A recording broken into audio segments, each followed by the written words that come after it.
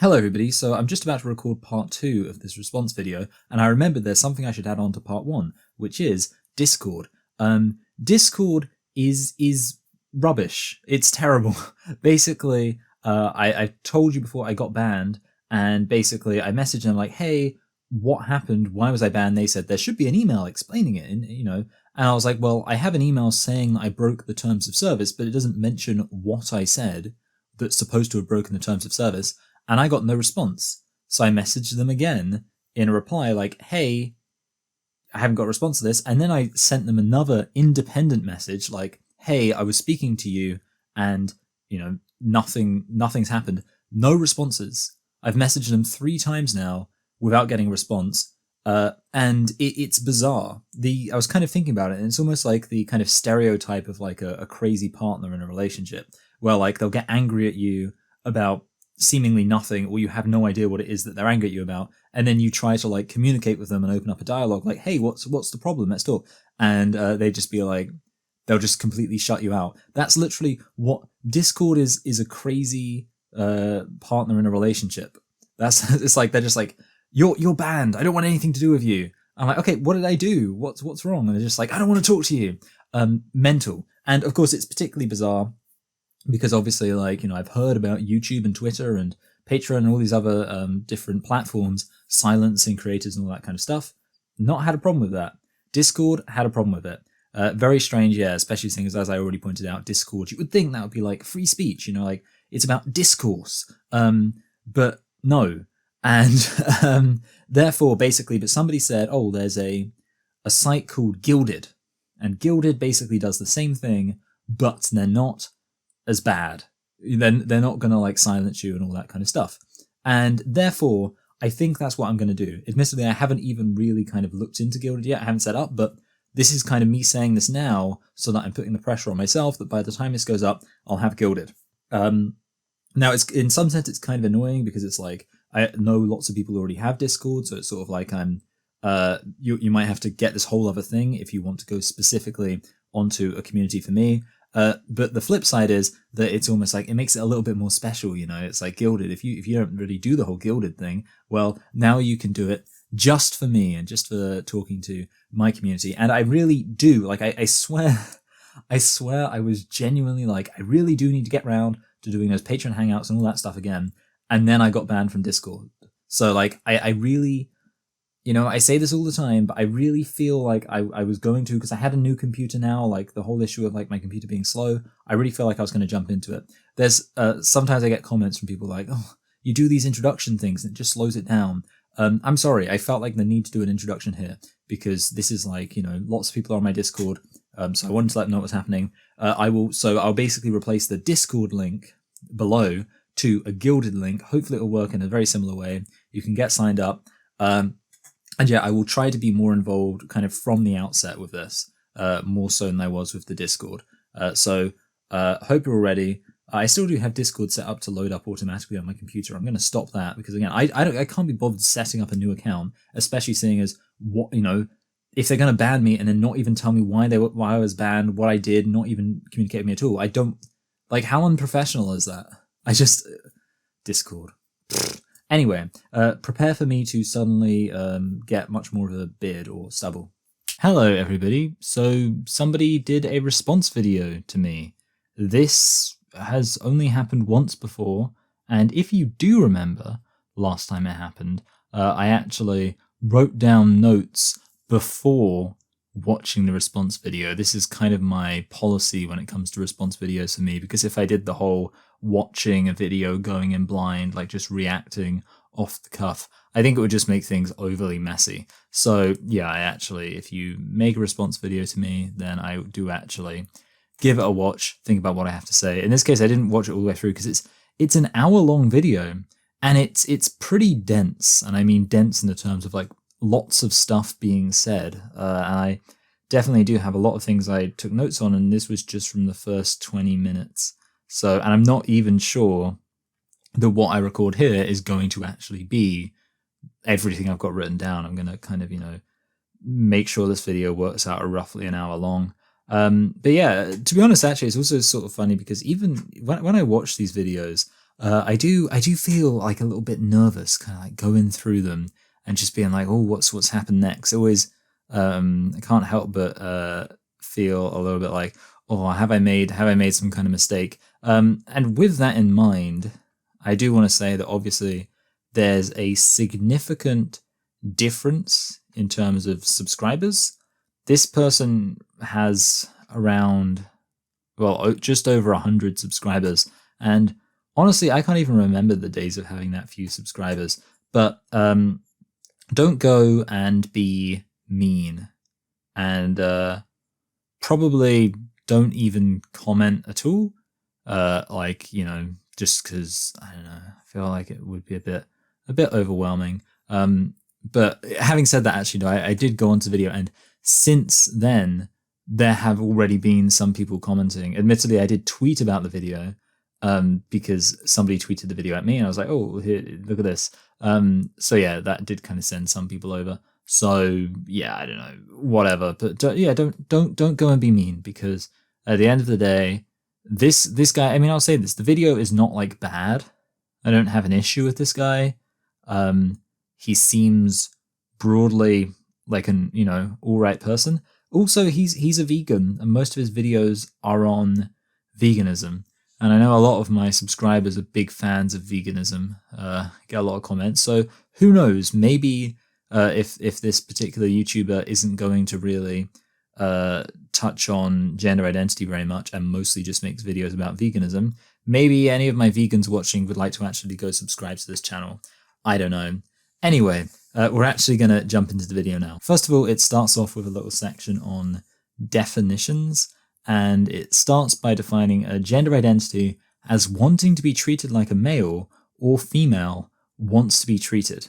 In relation to gender identity, a man is a person who wants to be treated like a typical member of the male sex wants to be treated, to a high degree. A woman is a person who wants to be treated like a typical member of the female sex wants to be treated, to a high degree. Now, to give credit, this definition is certainly more substantial than one of the definitions that you might see that has like identity within the definition, stuff like that. Certainly there's lots of definitions of gender identity where you see people be like, just how you identify yourself. And it's like, okay, great definition. This is obviously a different definition, like I say, that actually there is it's clear what the definition means, or at least what the definition is saying it means. Now, admittedly, at first I misread this and thought it said wants to be treated like a woman. And I was going to point out that lots of women don't want to be treated like women in this sexist society we live in, or rather I should say want to be treated like a woman or man. You get what I'm saying? Anyway, so just for the sake of analogy, I'll talk about the idea of the a woman gender identity, the gender identity of being a woman, which would mean wanting to be treated like a female wants to be treated. And actually, I just realized I'm still not quite representing the definition, because the definition actually says like a typical female wants to be treated, or indeed like typical male. But yeah, like I say, I'm assuming woman just because it's easier. Wants to be treated like a typical female wants to be treated. Now, there are a few issues with this, and the first one is obviously that like you've now got into quite a difficult question, which is, well, how does a typical female want to be treated? You know, you're introducing this referent, which certainly, I mean, at least it's a kind of coherent referent, but it's not necessarily a very clear referent. Like we're saying, well, who are we talking about? And, you know, obviously you could say biological sex isn't always a totally clear referent. There is ambiguity with biological sex, but certainly biological sex is a lot more clear. Like most of the time, if I said, for example, I'm a man because I'm biologically male, it's pretty easy to work out what we're talking about when we're saying biologically male. And certainly there's no indication I'm in any way, I've got any sort of difference of sexual development going on that would complicate matters. But if you said instead, I'm a man because I want to be treated the way a typical biological male wants to be treated, now that's a lot more nebulous. But another interesting point about this is that it would seem to suggest, potentially, that I don't have a gender identity, or perhaps at least that some cis people, which I'm going to use that term because, non-trans people, don't have gender identities, and possibly even no non-trans people have gender identities, because the very implication of using the word typical is that not all biological males want to be treated the way a typical biological male wants to be treated. But obviously, there's plenty of, for example, I assume this is saying that it would be completely, I guess the question I would ask is, can I, as a man and a biological male, not want to be treated the way a typical biological male wants to be treated? And if that's true, then it would sort of imply that I don't really have a gender identity, right? Because I don't want to be treated the way that a typical male wants to be treated, but I also don't want to be treated the way a typical female wants to be treated. So presumably that means I don't have a gender identity. And at that point, the fact I'm a man is just presumably with reference to my biological reality. And in that case, I would assume that man, or indeed woman here, is not actually being defined necessarily with reference to gender identity. That actually you can be a man or woman depending on either your gender identity or your biological sex. Because again, I would assume that this must be accepted in the fact that surely, the very fact you're using the word typical to imply, this isn't universal, means you're accepting that there are going to be some biological females who don't want to be treated any kind of typical way of other biological females. And then you would so then if you're saying that they're also still women, even though they don't want to be treated, so they don't have a gender identity now, so presumably you're now saying that they're women because of biological sex.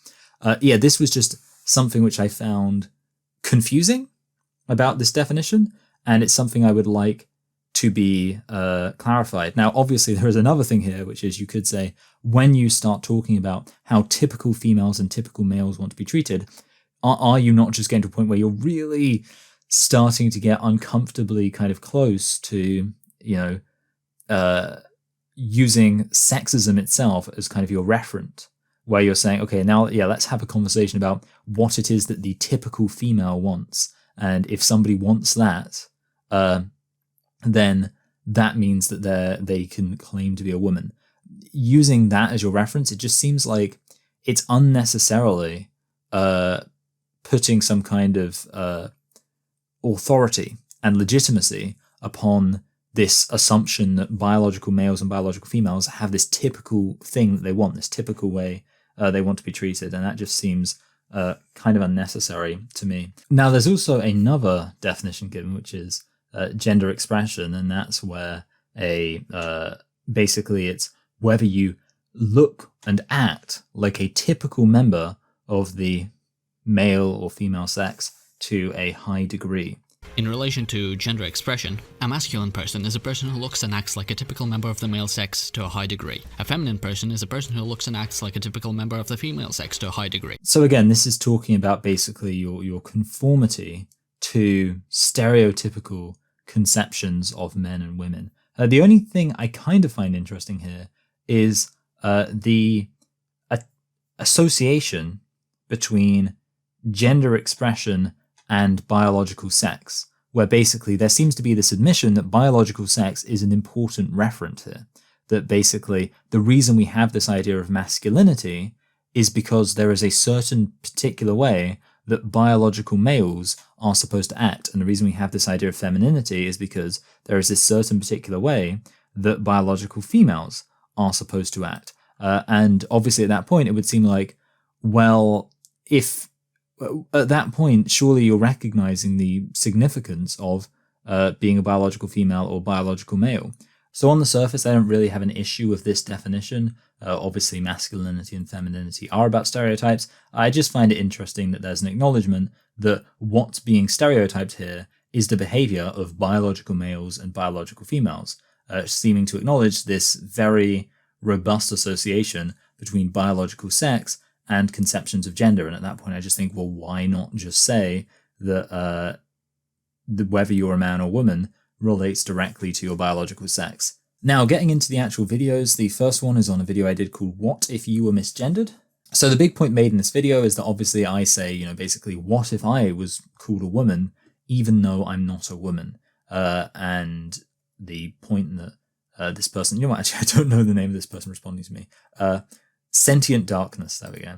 The point this person was making was, well, that analogy isn't fully analogous. The analogy of him being misgendered isn't like the situation trans people have to go through, because he has a body that he actually prefers, and he hasn't been referred to as a woman his entire life. But the thing is, the analogy wasn't supposed to be any more analogous than it was. The main point of that section of the video was that it doesn't presently make sense to call me anything other than a man, considering how self-evidently obvious it is that I am a man. So there is a significant difference here, and I agree that there's a difference in that a trans-identified person is most likely much less self-evidently the gender they identify as, but that's sort of the point. You know, the whole point is, well, I'm not going to get offended by somebody calling me a woman because I'm obviously a man.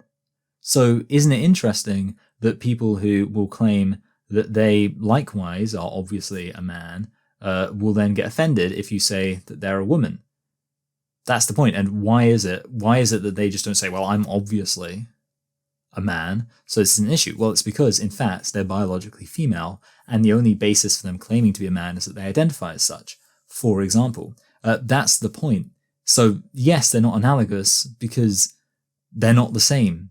You know, they're not supposed to be the same. The difference that you've noticed was in an intentionally constructed difference within the context of the analogy. Now, the next point he makes is saying it would be a more accurate analogy to say, what if I was transferred into the body of a biological female, but my sense of being a man remained the same? So now I'm in the body of a biological female, but I have this sense of being a man. If his brain were to be placed in the body of a member of the female sex, or if through magic, at the start of his life, his body became like that of an average member of the female sex, except his feelings about his gender identity were to stay the same, then he could make the judgment to be offended or not. Now, this is an interesting thought experiment which I've heard of before as a way to illustrate what it's like to be trans. And it's honestly a question which I might make a whole video about at some point, but it just wasn't the point of that video in question. As I've already said, the analogy was doing what it was supposed to be doing. It wasn't supposed to be an analogy that was, it wasn't supposed to be this analogy. It was supposed to be the analogy that I actually constructed. So it is, obviously, the question is, how would I feel if I was magically turned into a biological female and was thus regarded as a biological female? And it's an interesting question. Obviously, it's a question which doesn't relate to reality immediately, because that's not a thing that happens. But, it's an interesting hypothetical to see to what extent I do think that, your biology should be the only determinant in whether or not you're a man or woman. If we're talking about somebody actually becoming, that their biology gets transformed, would I still agree with that? It's a perfectly interesting question, but yeah, it's just a different question from that which I was exploring, and I don't really think I have the time to explore it right now. But yeah, it's an interesting thing which I would certainly consider making a video about. Now, the next point he makes is an objection to an analogy I make involving religion, where basically I say that a gender-critical person saying to a trans-identified person that they don't consider that person's trans identity to be valid is equivalent to an atheist saying to a Christian that they're not going to heaven.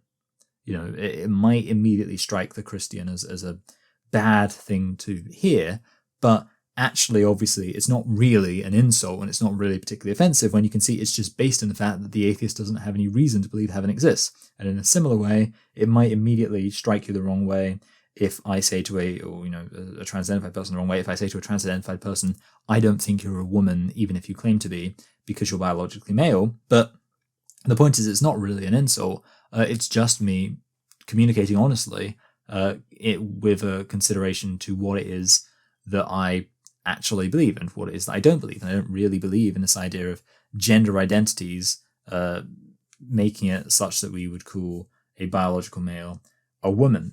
And here's the objection he has. This is also not a great analogy, since trans people want to be treated as members of the sex the gender typical to which they identify as, and when a transphobe, or gender-critical person, comes up and misgenders them on purpose, the trans person isn't being treated in a way that they want to be. Now, his objection to this analogy is that trans-identified people want to have their gender affirmed, while a religious person who believes in heaven doesn't want to have that affirmed. For a trans-identified person, it matters that people affirm their gender identity. For a religious person, why would they particularly care whether or not somebody thinks they're going to heaven? So I think this is probably, in this particular case, true. The main issue with it as an argument is that you have to be assuming that whether or not somebody wants you to be saying a particular thing means that it should change what you should be saying, basically. Because obviously in my example, I was just saying, well, you don't believe in this thing, so you're just going to say you don't believe in this thing.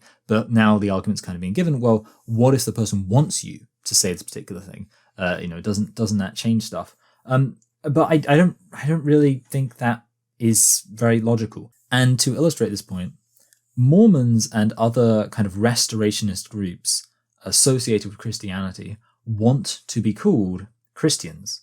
However, they disagree with Orthodox biblical Christianity on some pretty substantial points. And obviously, when it comes to Mormonism, they're really departing a lot from Orthodox biblical Christianity. And therefore, most Orthodox biblical Christians don't say that Mormons are Christians. But the thing is, Mormons want to be called Christians, because obviously Mormons believe they are the true Christians. They really do sincerely believe that. And does the fact that they want to be called Christians make it more of an insult to say they're not? Or is it just as matter of fact as saying that Muslims and Jews aren't Christians? I would argue that ultimately it's not more of an insult. Basically, if you're a Christian, you're going to have your particular way of defining Christian, and that's going to include certain groups and not include other groups. And the reality is that whether or not any of the groups that you're not including wants to be included is not really relevant. Obviously, we would all say Muslims are not Christians, and Muslims don't even claim to be Christians. But if for example, evangelical Baptist doesn't think Catholics are Christians, as indeed many evangelical Baptists don't, is that now more of an insult because Catholics would want to be called Christians? I don't really see how that makes much sense. So again, I just thought it'd be fun to kind of come back with a different religious analogy. Because obviously the initial point being made was, well, religious people might not want to hear these particular things being said, but a trans-identified person would want to hear these things being said. And my question is, does what you want somebody to say make it more or less of an insult?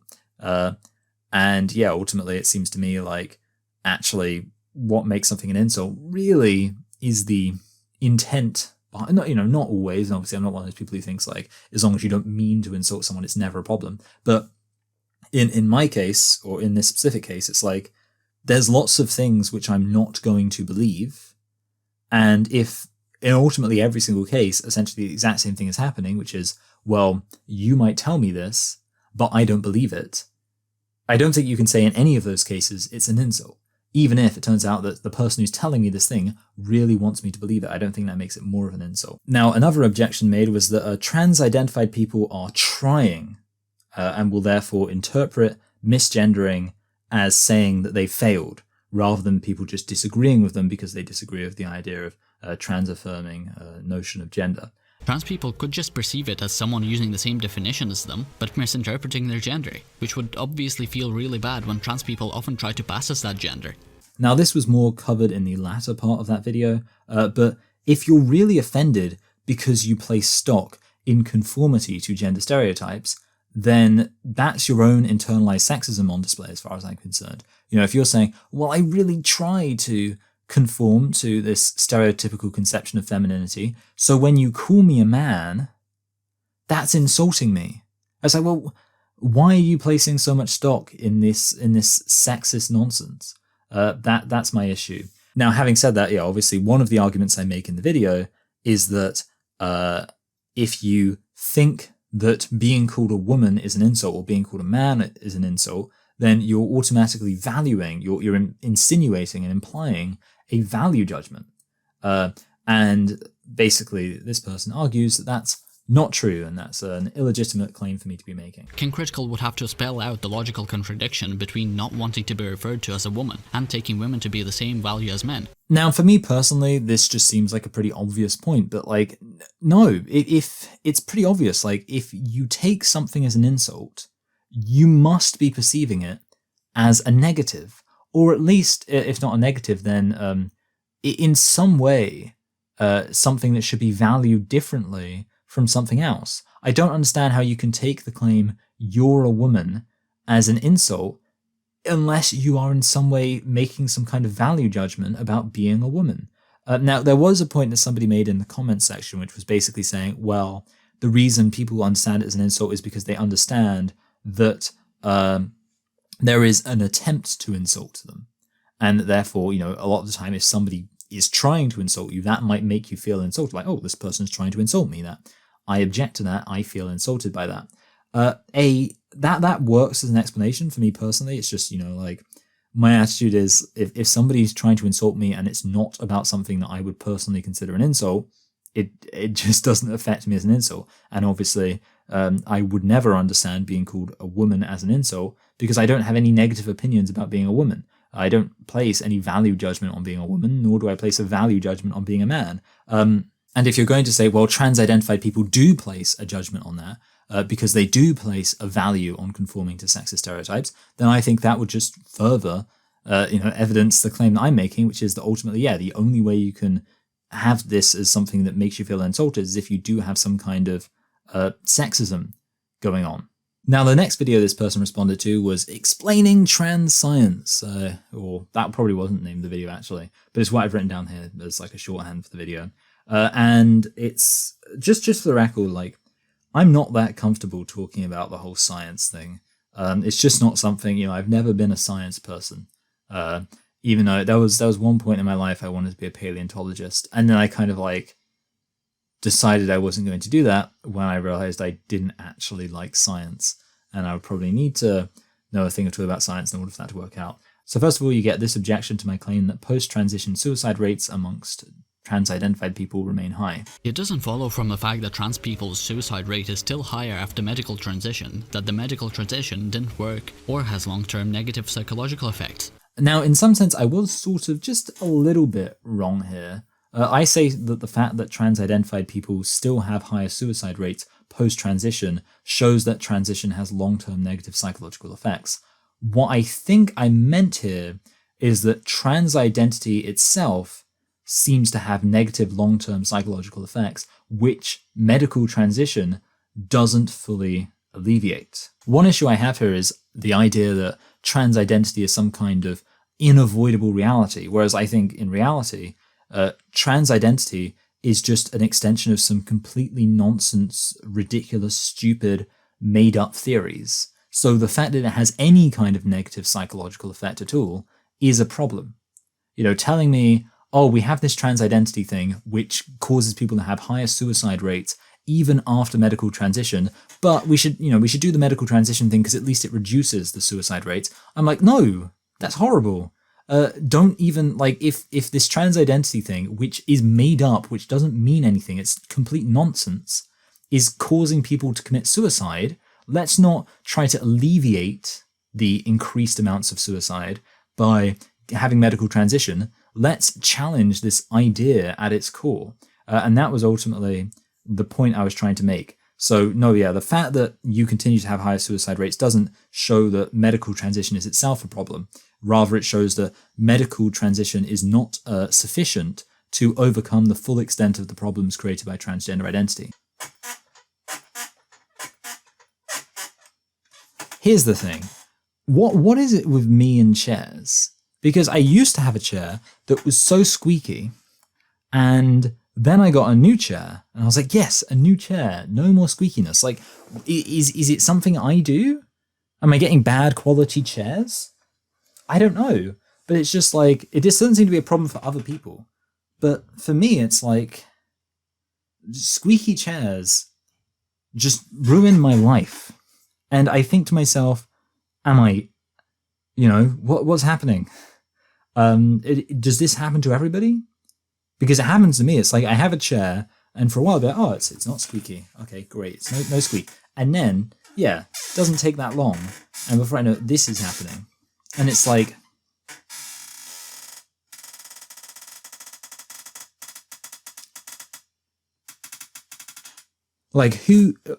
how is this just not a problem for the entire world? Because it's a problem for me, and I don't know why it should be kind of uniquely a problem for me. But I don't get the impression that other YouTube content creators are constantly cognizant of how much their chair could just be at any moment just squeaking, just in the middle of a sentence. To be honest, at this point, yeah, like I'm lampshading it now so I can just get away with it squeaking throughout the rest of the recording because it's ticking me off. Anyway, so next you get this objection that my impression that trans-identified people are not content is just anecdotal. A collection of anecdotes isn't very good data and isn't something you should base a position on. You could be predisposed to only encountering those trans people who aren't content with just medically transitioning. Now, this is holding me to the standards of a more sophisticated argument than that which I was trying to make. All I was really saying is that trans identity is supposed to lead to fulfillment. And if that's the case, then you'd expect trans-identified people to seem really contented. You know, you would think if trans identity is like, oh, these people are like really, but then like trans identity like comes in and it's like, oh, good, it solves the issues of them feeling all worked up about the fact that they're supposed to be men or women. And therefore you would think, oh, they would seem really contented. However, they overwhelmingly seem not to, in my experience. Now, a pretty legitimate criticism here could be that I'm committing the bad to pay fallacy. So if you don't know what the bad to pay fallacy is, it's basically somebody says all toupees are bad. Literally every single toupee is rubbish. I don't even know why anyone would buy them. They're so crap. Because literally every single time I see somebody wearing a toupee, I can immediately tell they're wearing a toupee. And the reason that's a fallacy is because obviously you would notice only the bad toupees. If there's a good toupee, you wouldn't even notice it's a toupee. And it's kind of, it's a very common thing people will say. But in this particular case, you could say, well, I'm saying like that all trans-identified people, or a significant number of trans-identified people, don't seem to be contented and seem to be really angry and like not content. But the point could be made, well, maybe the reason why you think that's the case is because actually there are plenty of trans-identified people who are perfectly content, but you just don't notice them because they're just content, they're just living their lives, they're not really bothering anybody. Now, that's kind of okay, except for the fact that the reality is all I'm engaged in doing is talking about trans identity. So the implication of this would be that actually, in some way, the fact I talk about trans identity serves as a sufficient filter that I only encounter trans-identified people who seem really angry and upset and basically mental. And the fact that I talk about trans-identity is the reason why none of the trans-identified people that I seem to encounter in my life ever seem to be content and happy. And like actually like, oh, and it creates a situation where you're like, okay, so I guess that means that gender identity is this super awesome, affirming, validating thing, unless you actually talk about it, in which case you're super angry all the time and you hate everybody. Because that seems to be what I see from trans-identified people on Twitter and trans-identified people on YouTube. Lots of anger, not much contentment. And it's like, okay, are you saying that actually there are trans-identified people who are content, but they're just the people who don't talk about it? That seems like, if even just talking about it causes people to not be content, it doesn't seem like it's particularly affirming or positive mentally. Right, let's turn on the light. After this, he quibbles my suggestion that discrimination mostly comes in the form of objection to gender nonconformity, more so than objection to gender identity. If King Critical wants to claim that trans people are discriminated against because they're gender nonconforming and not because they're trans, then he needs to provide evidence that gender nonconforming people who aren't trans experience similar rates of discrimination. It's not enough just to claim that this is the case. It must be shown. This is said quite randomly, but the thing is, this point, it's intuitively obvious. Gender identity is often not perceptible, while gender nonconformity very obviously is. I'd assume that sentient recognizes that a man in a dress might face hate crimes in our society. Does he therefore think that every single person who commits such hate crimes invariably asks somebody's gender identity first? I'm not aware of any studies that document how many hate crimes start with somebody asking how somebody else identifies and what their gender identity is, but I suspect the answer is very low. I would suspect that when a man in a dress gets attacked by, some thug, their gender identity remains unknown throughout that entire altercation, so I don't see how you can say it's discrimination based upon gender identity. The reality is that the number of instances in which discrimination based on gender identity could even possibly occur is inherently limited by the fact that you have to know what somebody's gender identity is, and that's not something you can tell. And at this point, there's the inclusion of an example of somebody who was discriminated against because they were trans-identified, apparently. But since King Critical seems to be a fan of anecdotes, here's one from a friend of mine called Isaac, who has experienced transphobia to a great degree and whose life was made significantly more difficult by people just because he is trans. But literally the first paragraph after the generic introduction is talking about gender nonconformity. It says, "Whenever I presented myself in something masculine or even androgynous, my mother would tell me that she hoped I was happy that I was making her hurt so much." And of course, feel free to read the rest of this anecdote. I'll leave it on the screen for a little second. Okay. The intolerance from this person's family is obviously immensely saddening, but you'll notice how consistently it's about gender nonconformity rather than gender identity. Gender nonconformity is the first thing mentioned, it's mentioned throughout, and gender identity comparatively isn't mentioned that much at all. This isn't contradicting my claim that so-called transphobia is often an objection to gender nonconformity. It's actually entirely reaffirming that claim. It's giving an example of that.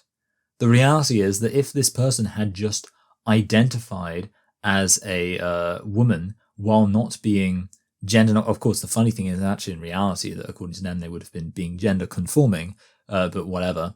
The reality is, if this person had just identified a particular way, they probably wouldn't have faced any discrimination about that at all because it wouldn't even be a thing that their family would notice. It's strange. Like, I don't really understand how anybody can even object to this. But then, like I say, this whole objection was just put kind of like randomly into the middle of the wider point, and at this point, Sentient challenges me to show studies supporting my view that the positives of medical transition are limited or taper off. There is no data offered showing that the positive effects of medically transitioning taper off, or that it is on the aggregate harmful. But the thing is, I was actually acknowledging that there do seem to be some proven positive effects for mental well-being when it comes to medical transition. But this doesn't make medical transition an overall good.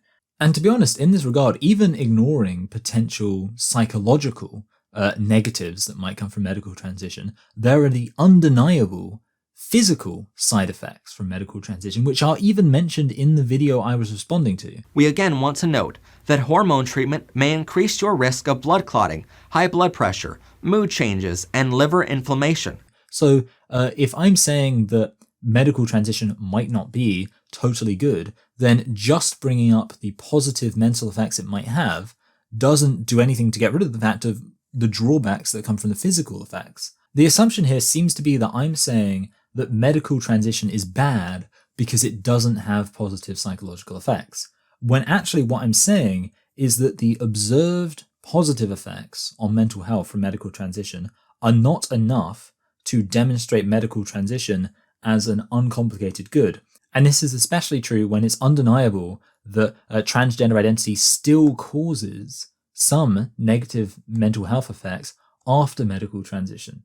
And that's the medical transition which is now causing most likely huge numbers of quite serious potential physical side effects. So yeah, overall, it's not an uncomplicated good.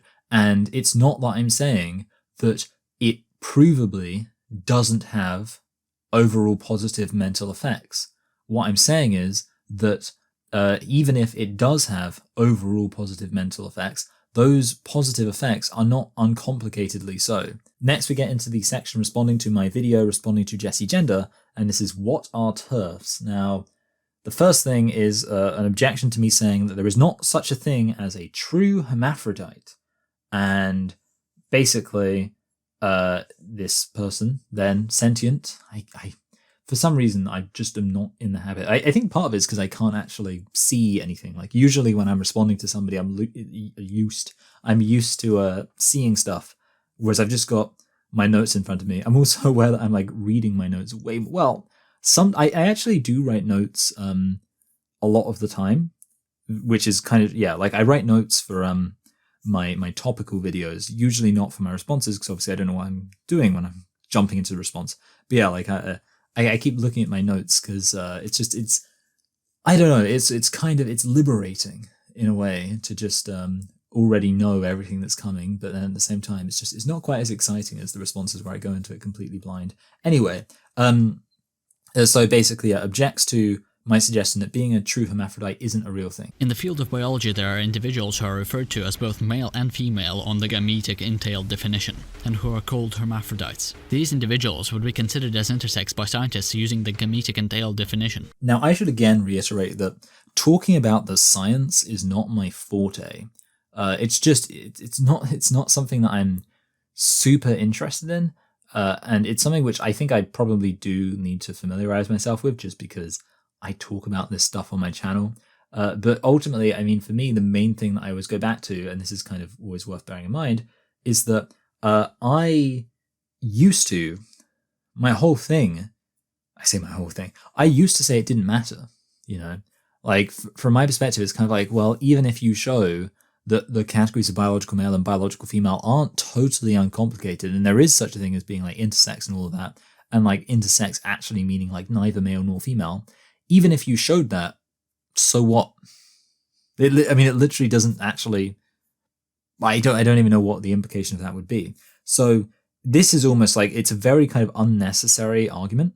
The thing is, when I said, being a true hermaphrodite isn't a thing. Basically, obviously, as you could see, there was some stuff brought up with a particular definition saying, well, by this definition, there is such a thing as being a true hermaphrodite, and the thing is, obviously, if I say it's not a thing, what I'm saying is that I don't think it's appropriate to have a definition where there is a thing. Now, at the same time, because it's not something I know a huge amount about, I'm using other people. Like, what I do know about this is stuff that I've kind of like picked up from other people talking around this issue, and therefore I'm kind of like using other people as sources and going off a lot of what they've said. So with that said, I'll try to respond to this a little bit. Basically, the point being made is that there are some instances where, well, it seems to say two almost different things. On the one hand, it says people having both testicular tissue and ovarian tissue makes them hermaphrodite. Now, to me, that just doesn't really make any sense at all, because it's like,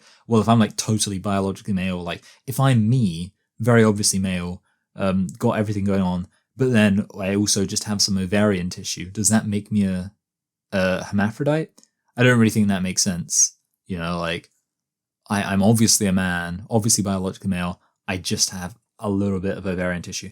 I don't think that really makes much sense. But then there's also another kind of definition given, which is people who have the ability, or do in fact produce both small and large gametes, and that's what makes somebody a true hermaphrodite.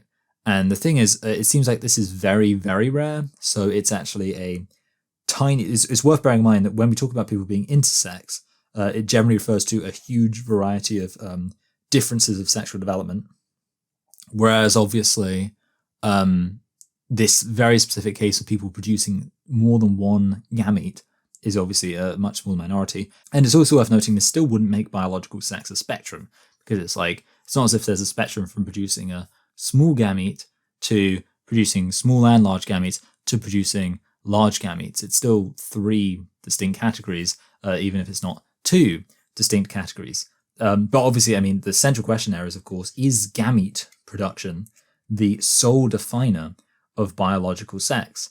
And here, obviously, this is where what I've mentioned is the idea of phenotypes, which are the way that your body is organized around basically a certain role in sexual reproduction.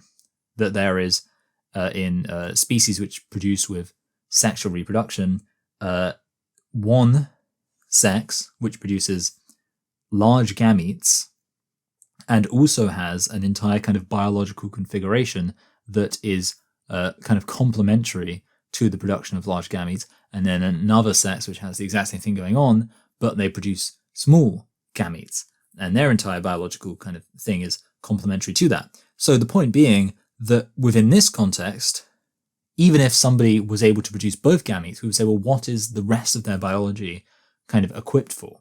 Now, here is where I'm let down both by my ignorance and also the fact that I wanted to get this video out relatively soon. So at this point, I can't now tell you the very specifics of this type of kind of so-called true hermaphroditism.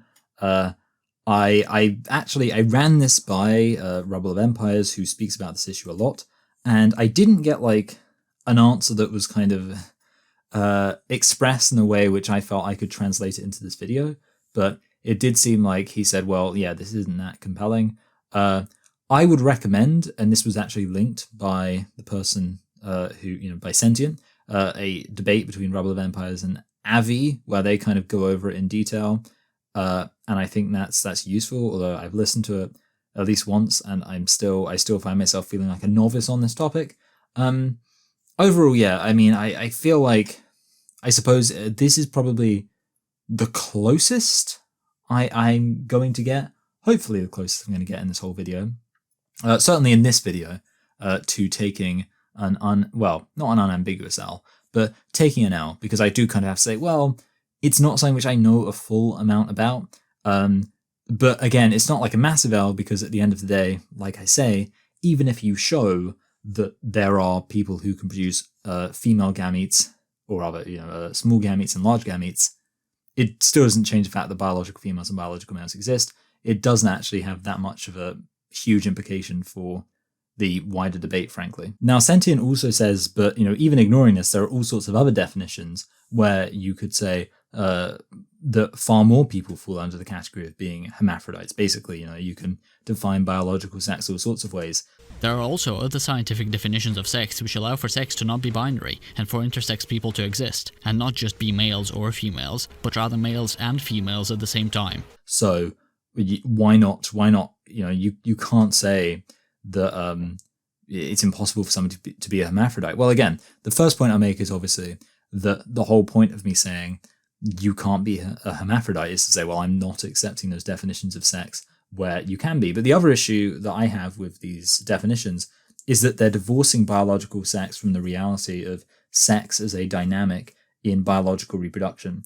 All beings that do not reproduce asexually reproduce sexually between two types of biological construction, one which is centered around the production of small gametes and one which is centered around the production of large gametes. And I'm pretty sure, by the way, just for the record, these people who when you talk about these kind of extreme differences of sexual development, where it's like actually approaching the idea of being what's the word I'm looking for, like a hermaphrodite, like actually in between, to the extent you actually even do approach that, I think these people are universally like infertile, because functioning reproduction is not supposed to, within sexually dimorphic species, facilitate anything like that going on. And I think I actually don't know like exactly the full-on relationship between differences of sexual development and fertility. My instinct would be to say that a lot of differences of sexual development do render people infertile, because again, which kind of makes sense, because it's like sexual development's pretty important for the whole fertility thing. So again, I'm not saying that it's like totally unheard of, but I just thought that was worth stressing. Now, next, I want to talk about some comments made about this example given by Jesse Gender. I think I'll explain what Jesse Gender's saying and then show kind of the responses to that, just so it's not like 3 levels of response going on, or 4 indeed. So basically, Jesse Gender says, imagine that there was somebody walking along and they had these very particular attributes of, like, they had breasts, but then they had broad shoulders and they had all this kind of other stuff going on. How would you know whether or not they're biologically male or biologically female? And what Sentient points out is that actually, based on this, their biological sex isn't obvious. King Critical assumes that the person Jessie Gender is describing is of the male sex, when all she said is that the person wears a dress, makeup, has cleavage showing, and has broad shoulders. It doesn't at all follow from this that the person is a biological male. Now this is a totally legitimate point. I was, I think, entirely thrown off by the visuals, which is somebody who does seem more obviously to be biologically male. The actual words being said would not give any undeniable indication about somebody's biological sex. And based on that small amount of info, it would be more likely than not that they're biologically female, because obviously, if somebody's got boobs, like pronounced breasts, you'd be like, oh, that's probably a woman, even if they have broad shoulders, based on just that information alone. But the reality is, it's hard to think that when this description is accompanied by Jessie Gender being the person who's acting this out. Because Jessie Gender looks obviously biologically male. Also, I'll just point out now that when I say biological sex is obvious, I'm not saying it can be known for absolute certain. Obvious things can still be wrong. So this is again kind of an example like the whole epistemology versus ontology thing. But basically, when I say somebody's biological sex is obvious, I'm saying like, yeah, I can tell what that person's biological sex is, but I'm kind of obviously, I could be wrong. And, you can even talk about things being like so obvious that you may even suspect, like, you'd be like, what? Like sometimes you'd be like, why are they making it so obvious this is the case? And you're kind of like almost saying like, oh, they're making it so obvious, maybe it's not true and stuff like that. That's like a thing people talk about when talking about like 2D. That's 4D, chess or whatever. When I say somebody's biological sex is obvious, you can't just then respond, but actually you could technically still be wrong about their sex, so it's not obvious. Because for something to be obvious, it needs to be absolutely 100% undeniable. It's definitely true. And I wouldn't say that's true. I would say actually that for something to be obvious, it needs to be like, well, this is very clearly the case, just based on the available evidence. But actually, turns out it could be wrong, and there's, plenty of instances like, well, this is obviously true. Like, it's obviously blah, blah, blah. It's like, it's in The Simpsons. It's obviously Tom Hanks, but it wasn't Tom Hanks. It was Autumn Shank. These are so easy. It's obviously Tom Hanks. Who? Autumn Shank. He is India's answer to Brian Dennehy. Autumn Shank. The point there is that Lisa Simpson wasn't wrong.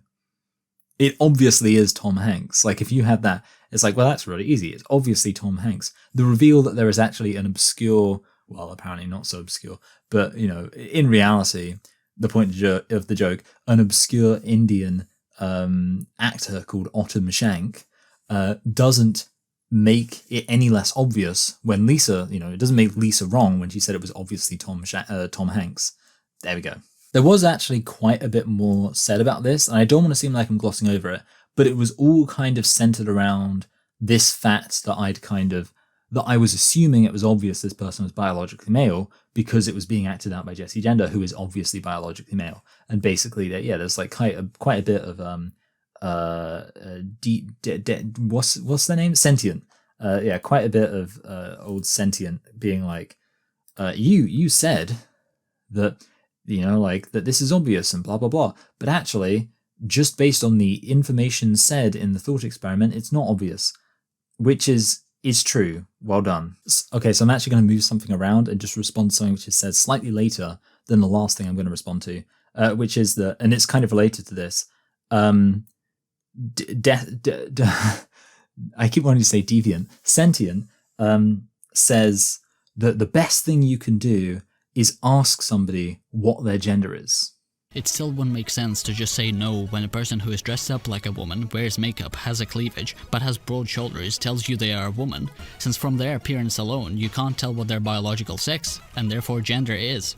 But the thing is, okay, this is all being said after all this talk about the Jessie Gender example, and it does come across as a little bit of a bait and switch, because basically there's this whole point stress of like, well, according to these details given by Jessie Gender, you couldn't tell whether or not somebody's a biological male or biological female just based on this information.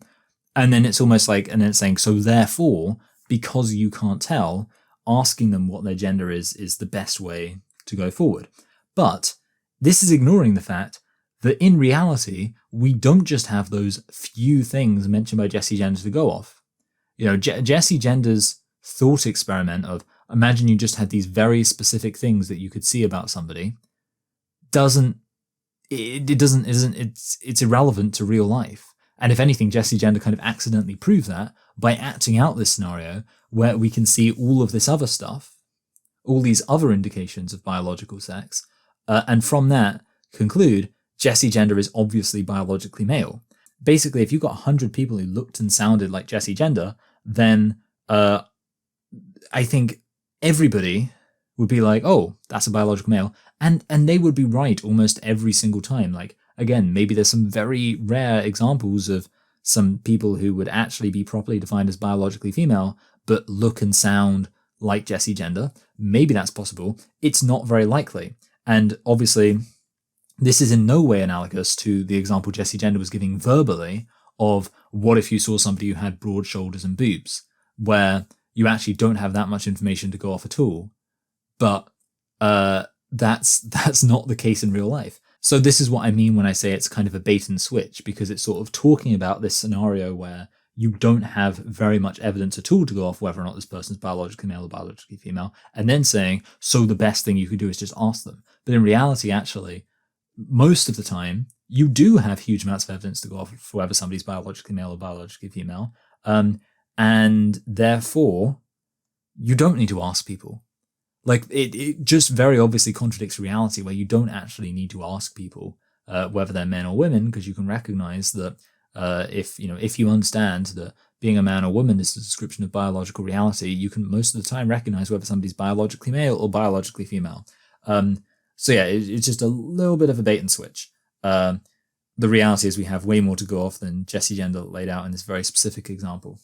And finally, I've got a bit more written, but I figured this would be a fun place to end. We get this claim by Sentient. Asking that person what their gender is the best way to find out how to treat them. Okay, so that's a thing you could say. It's, again, I mean, the thing is, like, it's one of those things, it sounds bad, because it sounds like, oh, I need to know whether somebody's a woman or man, so I can know how to treat them, as if you would, like, treat men or women dramatically different from each other, which is, of course, sexist. I'm inclined to be charitable and say this just mean, like, basically how you'll treat them in terms of, like, what you'll call them. But I don't know. I mean, it's really hard not to read this as, like, implying that there is some fundamentally different way we should treat men than women, which is kind of the whole issue at the center of this definition on display here.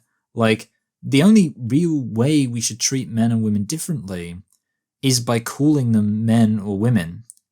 And to be honest, even then, I mean, obviously, you can probably tell from the language I employ that I tend to not be so direct in calling trans-identified people men or women as I am non-trans-identified people, because I can recognize that that will actually make those people feel insulted. And even while I think that them claiming to be insulted is illegitimate, I'm still, mindful of not wanting to actually make them feel upset, even though I don't think they have any reason to be upset. I don't think it's an insult to say somebody's a man or woman. I can recognize if they're going to feel insulted by that, I don't want to insult them. But aside from that, I mean, like, treating somebody as a man or as a woman, I don't know what you mean by that. And of course, I mean, there's also the issue of, like, so maybe you could say, well, it's things like letting them into a woman's toilet, but then it's like, well, why should that be a thing we let them do? So it's kind of like there's two issues. There's like the question of what do you mean by treating them like a woman, and potentially there's something sexist going on there, but also the thing of, like, well, what if what it means is, like, allowing them to do things they shouldn't be allowed to do, in which case, well, they shouldn't be allowed to do those things. Either way, the one thing that I can't really see is how it really makes sense to just ask somebody whether they're a man or woman to decide how to treat them. Again, what does how to treat them mean? Not sure. Anyway, so I think that's going to be where we end it. I think this was an appropriately long video. It's going to be quite a thing. I don't actually know how much of the video I've even responded to, because I obviously kind of wrote down notes as I was going through without really being aware of where the timestamps were for different things as I was writing my notes. It's a really dense video. There's a lot to go through. So far, nothing where even if I conceded everything, that would particularly even, well, I don't know. I mean, yeah, maybe some stuff if I did concede it, but like nothing that was a real kind of challenge to what I believe. But overall, I mean, I do genuinely appreciate what this person's done. They've watched a lot of my content, clearly. They've really kind of like combed through to find stuff to object to. And, you know, their objections have been in their own way kind of interesting. I don't really think that it's been too insane as like, you know, a response. And, you know, I guess in that sense I was using insane as kind of positive, like insane how impactful it was or something like that. But I also, as a negative, don't think it was insane. I think it was like crazy or anything like that. I guess I'm just saying, you know, we'll see how the rest of it goes. It's an interesting one. Nothing too dramatically interesting. A few kind of areas where it did seem like, I guess I'd say that it struck me as maybe like mistakes from the person I was responding to, but also a few instances where I could say it was sort of kind of a mistake from me. And obviously one point where I just had to admit I didn't really reckon I had the knowledge that I should have to be talking about this subject. So hope you enjoyed the video. Please do like, share, comment. Let me know what you think. Again, be nice. Don't go be mean to this person. Obviously I realize there's like a lot of you now, so it's hard to say. I mean, it seems like some of you people who watch are mean to me, so I don't know if you're gonna listen to what I have to say about being mean to other people. But anyway, yeah, that's the end of the video. So if you want to give on Patreon, I really do appreciate that. And I'll just say thank you to my current patrons. In addition to the names scrolling past on your screen right now, I would like to give a special thanks to last month's patrons, Emma, Bronte, Tree Shrew, Catherine, Gabrielle, Pauline, and Kendra. Thank you. You're all very appreciated.